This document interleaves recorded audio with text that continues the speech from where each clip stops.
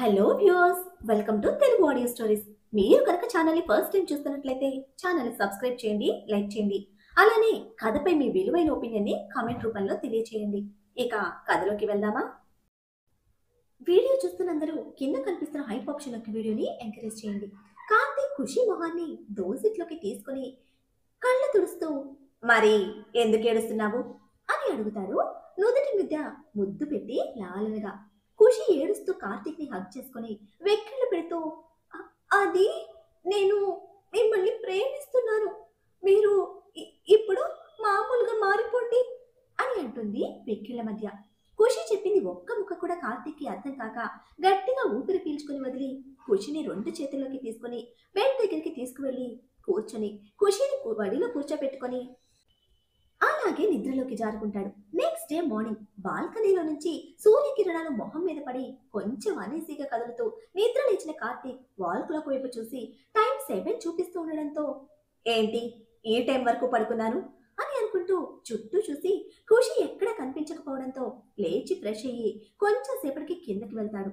అప్పటికే ఆకాష్ వేదుల ఎంగేజ్మెంట్ కి ఏర్పాట్లన్నీ జరిగిపోయి ఉండడంతో కార్తీక్ కళ్ళు ఖుషి కోసం వెతుకుతూ ఉంటే ఖుషి ఎక్కడ కనిపించక కొంచెం చిరాగ్గా హాల్లోకి వెళ్లి కూర్చుంటే రాజేంద్ర గారు కార్తీక్ ని చూస్తూ, ఏమైంది కృష్ణ, చిరాగ్గా ఉన్నావు అని అడిగితే కార్తీక్ రాజేంద్ర గారి వైపు ఒకసారి చూసి అక్కడ టేబుల్ మీద ఉన్న పేపర్ తీసుకుని చదువుతూ ఉంటే ఒక 20 నిమిషాలైనా ఖుషి ఎక్కడికి రాకపోవడంతో ఇరిటేట్ అవుతూ, ఏ తిక్కల్ అని అరుస్తాడు గట్టిగా. రాజేంద్ర గారు విసుగ్గా, రే ఎందుకురా ఇప్పుడు అంత గట్టిగా అరుస్తున్నావు అని అడిగితే కార్తీక్ విసుగ్గా రాజేంద్ర గారి వైపు చూస్తూ, ఐరా ఎక్కడా అని అడుగుతాడు. రాజేంద్ర గారు కార్తీక్ ని చూస్తూ, ఎంగేజ్మెంట్ కోసం బ్యూటీషియన్ ని పిలిపించావు కదా, లేడీస్ మొత్తం ఫస్ట్ ఫ్లోర్ లో రెడీ అవుతూ ఉన్నారు అని చెప్తే, మరి ఆది శౌర్య ఆకాష్ ఎక్కడా అని అడుగుతాడు కార్తీక్. రాజేంద్ర గారు కార్తీక్ తో, ఆది శౌర్య బయట గార్డెన్ లో ఉన్నారా, ఏర్పాట్లు చూస్తున్నారు, ఆకాష్ కూడా రెడీ అవుతున్నాడు అని చెప్తే కార్తీక్ ఫాస్ట్ గా స్టెప్స్ ఎక్కుతూ ఫస్ట్ ఫ్లోర్ లోకి వెళ్తాడు. డోర్ ఓపెన్ చేసి లోపలికి వెళ్ళి చేస్తే ఫుల్ మేకప్ తో రెడీ అయిన ఖుషిని చూసి సీరియస్ గా ఖుషి దగ్గరికి వెళ్ళి గట్టిగా తన చేయి పట్టుకొని బయటకి లాక్కుని పోతాడు. ఖుషి కార్తీక్ నుంచి విడిపించుకోవడం కోసం గింజుకుంటూ ఉంటే కార్తీక్ విసుగ్గా ఖుషిని ఎత్తుకొని భుజం మీద వేసుకుని పైకి వాళ్ళ రూమ్ లోకి వెళ్ళి విసురుగా బాత్రూమ్ లోకి తీసుకుని వెళ్ళి షవర్ కింద దించి షవర్ ఆన్ చేస్తాడు. చల్లటి నీళ్లు ఇద్దరిని తడిపేస్తూ ఉంటే కార్తీక్ సీరియస్ ఫేస్ చూసి ఖుషి భయంతో సైలెంట్ అయిపోతుంది. కార్తీక్ ఖుషి పెదవులకున్న లిప్స్టిక్ వైపు కోపంగా చూస్తూ చేతితో పెదవులు తుడుస్తూ, ఇంకోసారి ఎప్పుడైనా మేకప్ వేసుకుంటే తాట తీస్తా, ఎవడే నిన్ను మేకప్ వేసుకోమని చెప్పింది, దెయ్యం లెక్కున్నావు ఈ మేకప్ లో, మళ్ళీ లిప్స్టిక్ ఒకటి చిరాగ్గా అని అంటూ ఖుషిని సీరియస్ గా చూసి, ఒక 10 నిమిషాల్లో ఫ్రెష్ అయ్యి బయట ఉండాలి, మేకప్ కొంచెం కూడా ఉండకూడదు అని ఒక సీరియస్ లుక్ ఇచ్చి బయటకు వెళ్ళి డ్రెస్ చేంజ్ చేసుకుంటాడు. కరెక్ట్ గా 10 నిమిషాలకు బాత్రూమ్ కట్టుకుని ఖుషి బయటకు వస్తే కార్తీక్ ఖుషి వైపు ఒకసారి చూసి వార్డ్రోబ్ దగ్గరికి వెళ్ళి ఒక శారీ తీసి ఖుషి చేతిలో పెట్టి 10 మినిట్స్ లో బయట ఉండాలి అని చెప్తాడు. ఖుషి పాప బుద్ధిగా తలూపి శారీ తీసుకుని డ్రెస్సింగ్ రూమ్ లోకి వెళ్ళి కరెక్ట్ గా 10 నిమిషాలకు శారీ కట్టుకుని బయటకు వస్తుంది. కార్తీక్ ఖుషి వైపు ఒకసారి చూసి హెయిర్ డ్రైయర్ తీసుకుని వచ్చి ఖుషిని డ్రెస్సింగ్ టేబుల్ దగ్గర కూర్చోబెట్టి హెయిర్ తడి ఆర్పి చక్కగా జడ అల్లేస్తాడు. తర్వాత లాకర్ లో నుంచి కొన్ని నగలు తీసుకుని వచ్చి ఖుషి ముందు మోకాళ్ళ మీద కూర్చుని ముందుగా మెడలో ఉన్న తాళి చైన్ సరిగ్గా పెట్టి బ్లాక్ బీడ్ చైన్ వేస్తాడు. తర్వాత ఒక చిన్న నెక్ సెట్ తీసి ఖుషికి పెడతాడు. తర్వాత చెవులకు బుట్ట కమ్మలు, ముక్కుకి రింగ్, మాటీలు, చెంపస్వరాలు పెట్టి పక్కనే ఉన్న ఆకుపచ్చ గులాబీ రంగు మట్టి గాజులు తీసుకుని చేతులకు నిండుగా వేసి హిప్ చైన్ అన్ని తీసి ఖుషి వైపు ఒకసారి చూసి ఒక సన్నని హిప్ చైన్ తీసిపెట్టి కుంకుమ తీసుకొని నుదుటి మీద, తర్వాత పాపిట్లో పెడతాడు. ఒక చిన్న కిరీటం లాంటిది తీసుకొని ఖుషి జుట్టులో అడ్జస్ట్ చేసి నెట్టెడ్ పింక్ దుపట్టా తీసుకొని ఆ కిరీటం దగ్గర సెట్ చేసి పిన్స్ పెట్టి ఒకసారి ఖుషి వైపు చూసి కాటుకు తీసుకుని కళ్ళకద్ది చెవి వెనక దిష్టి చుక్క పెడతాడు. ఒక మోకాలి మీద కూర్చొని ఖుషి ఎడమ కాలు తీసి కాలు మీద పెట్టుకొని అరికాలులో కూడా దిష్టి చుక్క పెట్టి ఒకసారి ఖుషిని పై నుంచి కిందకి, కింద నుంచి పైకి చూసి తృప్తిగా ఫీల్ అవుతూ చేతులు ఖుషి చుట్టూ తిప్పి మెటికలు విరుస్తాడు. ఖుషి వెనక్కి వెళ్లి హగ్ చేసుకుని భుజం మీద తల పెట్టుకుని మిర్రర్లో నుంచి ఖుషిని చూస్తూ, ఐరా, నీకు ఎలాంటి మేకప్ అవసరం లేదు. చూడు ఎంత ముద్దుగా ఉన్నావో. తెచ్చి పెట్టుకునే అందం కోసం మేకప్ వేసుకుంటారు. అలా అని మేకప్ వేసుకునే అందరూ అందంగా ఉండరని కాదు. నువ్వు ఇలా స్వచ్ఛంగా ఉంటేనే నాకిష్టం అని చెప్తాడు. ఖుషి పాప అప్పటికి కొంచెం భయం తగ్గించుకొని ఓకే అన్నట్టు బుద్ధిగా తలుపితే కార్తీక్ ఖుషి వైపు ఒకసారి చూసి, సరే పద కిందకి వెళ్దాం అని ఖుషికి దూరం జరుగుతాడు. ఖుషి ఒకసారి మిర్రర్లో తనను తాను చూసుకొని చిన్న స్మైల్తో కార్తీక్ వెనక్కి వెళ్తే అప్పటికే అందరూ హాల్లో ఉంటారు రెడీ అయ్యి. ఒక్క వేదు ఆకాష్ తప్ప. సౌరి అందరి వైపు చూస్తూ, పదండి వెళ్ళి కాబోయే పెళ్లి కొడుకు పెళ్లి కూతుర్ని తీసుకొద్దాం అని అంటాడు. లేడీస్ అందరూ ఆకాష్ని తీసుకురావడానికి వెళ్తే జెంట్స్ మొత్తం వేదుని తీసుకుని రావడానికి వెళ్తారు. కొంచెం సేపటికి అందరూ బయట గార్డెన్ లో డెకరేట్ చేసిన స్టేజ్ పైకి వెళ్తే పంతులు గారు ముందుగా ఆకాష్ వేదుల చేత పూజ చేయించి రింగ్స్ మార్చుకోమని చెప్తారు. వేదు ఆకాష్ కళ్ళలోకి చూస్తూ ఆకాష్ చేతిని అందుకొని రింగ్ పెడితే తర్వాత ఆకాష్ మోకాళ్ళ మీద కూర్చొని వేదు చేతిని అందుకొని రింగ్ పెడతాడు. పంతులు దండలు మార్చుకోమని చెప్తే ఆకాష్ వేదు మెడలో పూలదండ వేయడానికి 2 అడుగులు వేయగానే వేదు ఆకాష్ కంటే 4 అడుగుల ఎత్తులో ఉంటుంది. వెనక నుంచి కార్తీక్ ఆదిత్య కలిసి వేదుని పైకెత్తితే ఆకాష్ వేదు మెడలో దండ వేయడానికి ట్రై చేస్తాడు. కానీ కుదరకపోవడంతో బిక్క మొహం పెట్టుకొని కార్తీక్ ఆదిత్య వైపు చూస్తాడు. ఆదిత్య ఆకాష్ వైపు చూస్తూ, మాకు కట్నం వేస్తే అప్పుడు దించుతాం అక్కని అని టీజ్ చేస్తూ ఉంటే ఆకాష్ కార్తీక్ ని చూస్తే కార్తీక్, నాది కూడా అదే మాట అని ఆకాష్ కి చెప్తే ఆకాష్ కార్తీక్ ఆదిత్యతో, సరే ఏం కావాలో చెప్పండి అని అడుగుతాడు. కార్తీక్ ఒకసారి ఖుషి వైపు చూసి ఆకాష్ వైపు చూస్తూ, నా కొడుక్కి నీ కూతుర్నివ్వాలి, లేదా నా కూతురికి కొడుకునివ్వాలి. ఎవరైనా సరే మా దగ్గరే ఉండాలి. నీ కొడుకైతే ఇల్లరికం రావాలి, నా కూతుర్ని నీ ఇంటికి పంపించను అని అంటే ఆకాష్ గుర్రుగా కార్తీక్ ని చూసి, నా కూతుర్నైతే పంపించాలా, నీ కూతుర్ని మాత్రం పంపించవా, ఇదెక్కడి న్యాయం అని అడిగితే కార్తీక్ ఆకాష్ వైపు చూస్తూ, రేయ్, నీకు నా చెల్లినిస్తున్నాను, సంతోషించు. నా కూతుర్ని మాత్రం నీ ఇంటికి అస్సలు పంపను అని చెప్పడంతో ఆకాష్ మొహం ముడిచి చూస్తాడు కార్తీక్ వైపు. వేద తల పట్టుకుంటూ ఆకాష్ ని చూసి, రే, మనం అందరం కలిసే కదా ఉంటాం, అప్పుడు ఎవరింట్లో ఎవరుంటే ఏంటి, అందరం ఒకే దగ్గర కదా ఉండేది అని అసలు లాజిక్ చెప్తే ఆకాష్ వేదని చూస్తూ హేహే అంటూ ఒక నవ్వు నవ్వి, అవును కదా, నేను ఈ విషయం మర్చిపోయాను అని కార్తీక్ ని చూస్తూ, నాకోకే బాబా, నువ్వు చెప్పినవన్నీ అని అంటాడు.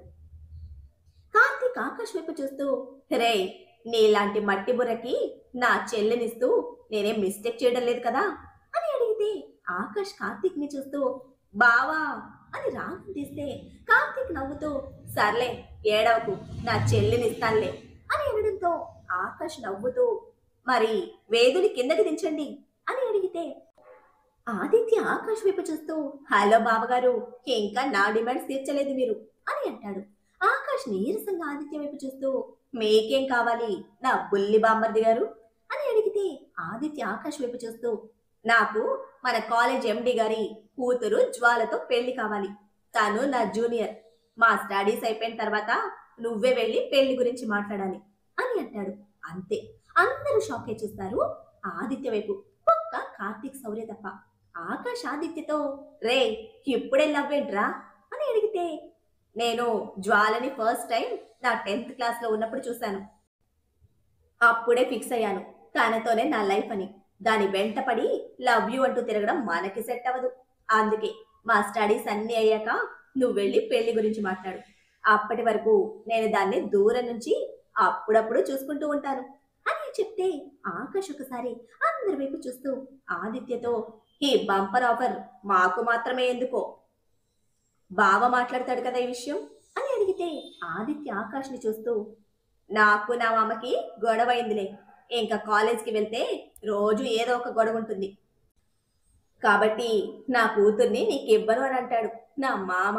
అందుకే నువ్వు కూల్ చేసి ఒప్పించాలి అని డీటెయిల్ గా ఎక్స్ప్లెయిన్ చేయడంతో ఆకాష్ కార్తీని ఒకసారి చూసి, సరే కానివ్వండి, మీ టైం నడుస్తుంది, తప్పుతుందా నాకు అని అంటే, కార్తీక్ ఆదిత్య నవ్వుతూ వేదుని కిందకి దించుతారు.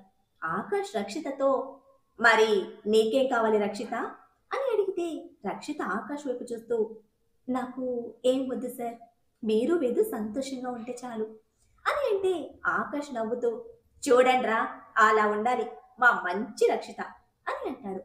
ఆదిత్య ఏదో అనుకుంటూ ఉండగానే వజ్రం గారు ఆకాష్తో, ఆకాష్, ముందు వేదుకి దండ వెయ్యి అని అంటారు. ఆకాష్ వేదు కళ్ళలోకి చూస్తూ దండ వేస్తే, వేదు దండ వేసే టైంకి సౌర్య ఆకాష్ని పైకెత్తుకొని, మాకు కూడా కొన్ని డిమాండ్స్ ఉన్నాయి అని చెప్పడంతో వేదు శౌర్యని చూస్తూ, ఏంటవి అని అడుగుతుంది.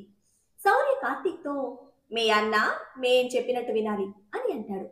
కార్తీక్ వేదుని చూసి, వేదు, నీకు ఆకాష్ కావాలా అని అడిగితే, వేదు ఆకాష్ వైపు ఒకసారి చూసి, వద్దులే అన్నయ్య అని అంటుంటే, ఆకాష్ ముందుకు బెండయ్యి వేదు చేయి పట్టుకుని మెడలో దండ వేయించుకుంటాడు.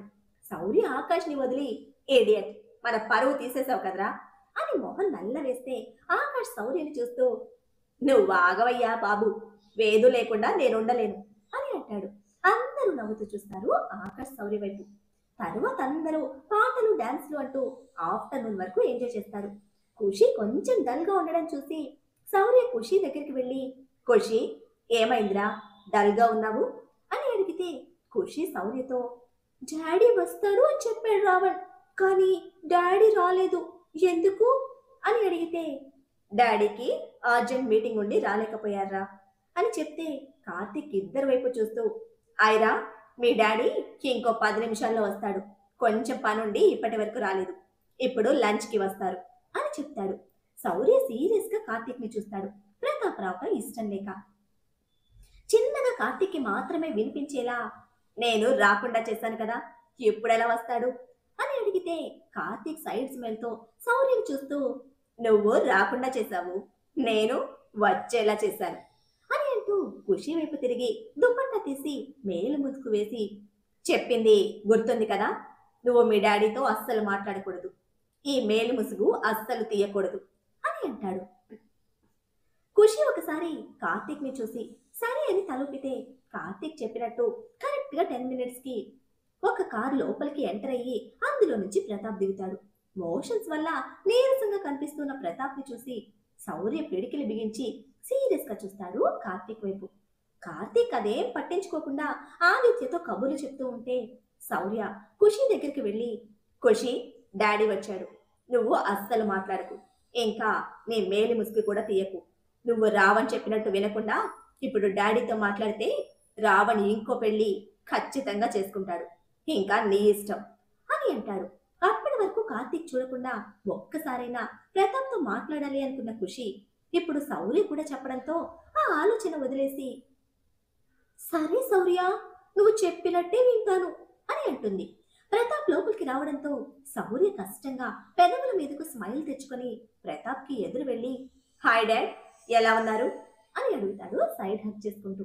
ప్రతాప్ నవ్వుతూ, బాగున్నాను శౌర్య అని అంటే, శౌర్య ప్రతాప్ వైపు చూస్తూ, మరేంటి వీక్ గా కనిపిస్తూ ఉన్నారు అని అడిగితే, ప్రతాప్ నవ్వుతూ, కొంచెం హెల్త్ బాగాలేదు, ఇప్పుడు ఓకే అని చెప్పడంతో ఆనంది గారు ప్రతాప్ దగ్గరికి వచ్చి, ఎలా ఉన్నారండి అని అడుగుతారు.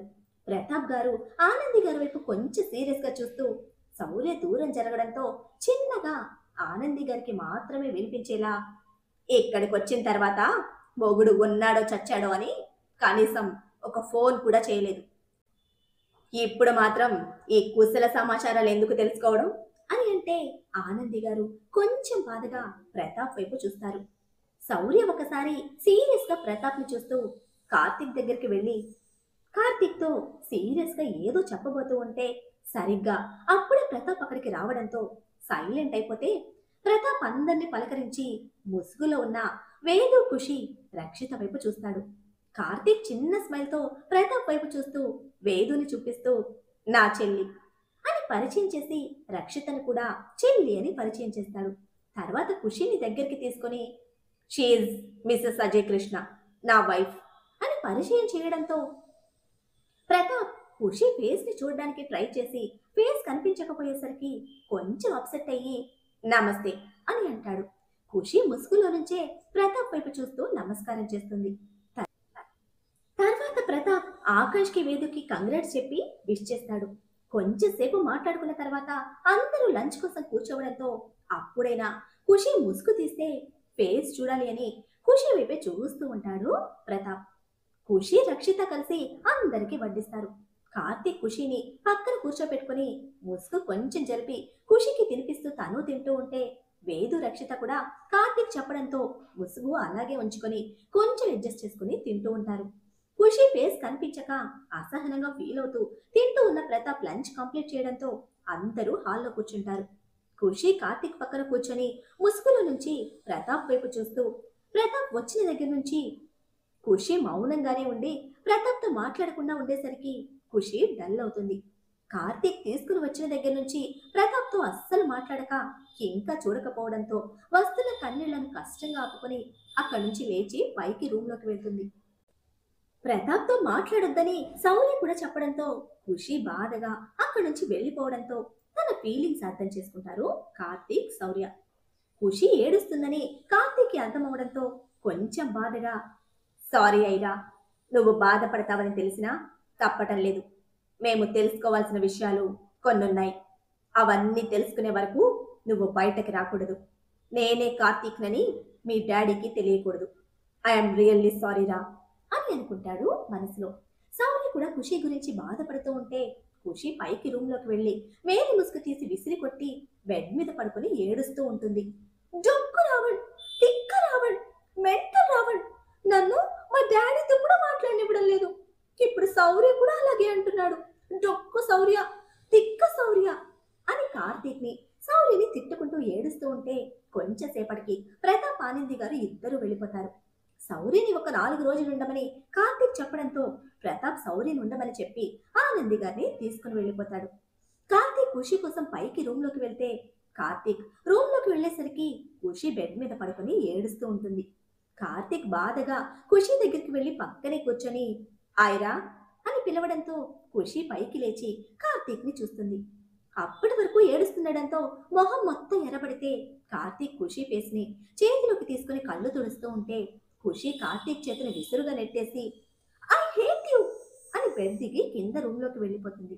కార్తీక్ చిన్న స్మైల్ తో పర్లేదే, నా ఐరాకి కోపం కూడా వస్తోంది అని అనుకుంటూ ఎప్పుడు నేను నా తిక్కల్ని ఎలా బుజ్జగించుకోవాలో అని అనుకుంటూ కిందకి వెళ్తాడు.